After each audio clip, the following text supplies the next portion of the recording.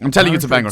Counter-Strike 2 could have killed our game. Community games like Zombie Escape aren't officially supported by Valve, so if the maps and plugins couldn't be ported, our game would have died with CSGO. But here we are. By far the most profound change to the game is... By the way, why I want to watch this video? Because I saw Poggy on Twitter, the person who said, hey, please watch this video.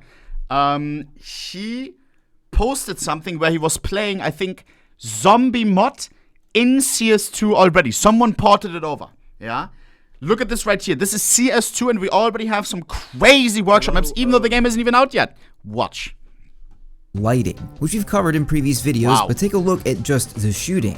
Bullets now fly through the air and light the space around them. 60 players could be shooting these at a single target. We really don't know how this is going to look or affect performance for the average player, but it looks incredible. This is even more apparent from Molotovs that engulf the room in bright flames. Wow. Too much, in fact, especially in a game mode where multiple mollies might be thrown in quick succession. That's a lot. But these updates change how the game feels. Even the small things like light affecting the new smokes should in practice make the space feel more cohesive and therefore real, especially when it comes to... Chat, all of these people have CS2 access. Just a little reminder. The light on server. Do you have CSGO access? I'm just wondering. I'm just asking. Just wondering. Just asking, seeing how the community, like, you know, clueless, aware. No. Okay. Interesting. Okay. So, yeah, let's watch these people have fun in CS2. Let's have a look. Surfaces. This is Ice, taken from DE Office, I believe, don't quote me on that, and I think it's just incredible. There's nothing like this in CSGO. Not revolutionary by gaming standards, but the best Counter-Strike has ever received. Wow. This is ZE Exchange innovation, with new reflective walls as metal surfaces should do, and a mist of light sources on the stairs that cause them to pop, sometimes too much. Some of you have seen this before, and when these emissive particles are more restrained, they bleed into the reflective structures around them in real time. Oh, that looks Even so the nice. more obnoxious stuff, when in the background and your focus is on the enemy zombies, just adds to the atmosphere. But there were also some visual updates to the gameplay itself. Most notably when you are shot, a 4K. new red hue occurs on screen. This isn't a thing in regular CSGO, but does appear on some servers with plugins. It now appears to be a global feature. This might not be a good thing, and hopefully it can be disabled. But it does look cool. Just like the new feature when you shoot someone, they start spurting blood.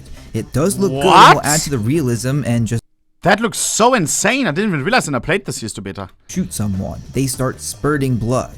It Damn. does look good and will add to the realism and just plain goriness of the game. When you're shooting 30 zombies in an enclosed area, I can see performance issues coming up. Another feature that should really be optional. And unfortunately in some cases, it's just hard to see what's going on. New elements on the screen also crowd and obscure, especially on dark maps. Zombies don't seem as easy to pick out from the background, which leads to a good question. How is the actual gameplay? The following footage was recorded by Hichatu from Source 2 Zombie Escape, an open source project to port all of the old content to a new engine, free for the... Legend. Absolute legend. Guys, can you stop trolling? Mods, can you please? Cause, wow. What a hero. What a hero. Chat, we should play some of these maps on stream, right? Zombie Escape. Yeah, I've never really played Zombie Escape.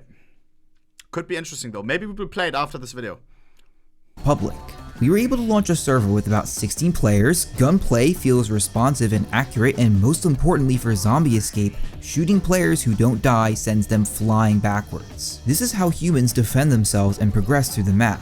In some instances, like with the Nova, a little farther than expected. Movement specifically feels good now as well. With the help of Movement Unlocker, a plugin that most servers use for bunny hopping and pre-strafing, was working when we tested. And surprisingly, bosses and other events seem to be working as well. This is the end of ZE Frostdrake. The dragon moves and can be killed, but it's missing an important element, the health bar. In fact, most of the user interface of community games is completely broken right now. In Surf, that comes in the form of a timer and a unit counter, and it likely won't be working for a long time. This is the greatest threat to community servers. We still don't know what scripting language CS2 will use. It used to be Lua, which was disabled after the Mirage update, and no new information has been given out. And for experienced players, you've already noticed, the enemies aren't zombies yet, they're just red.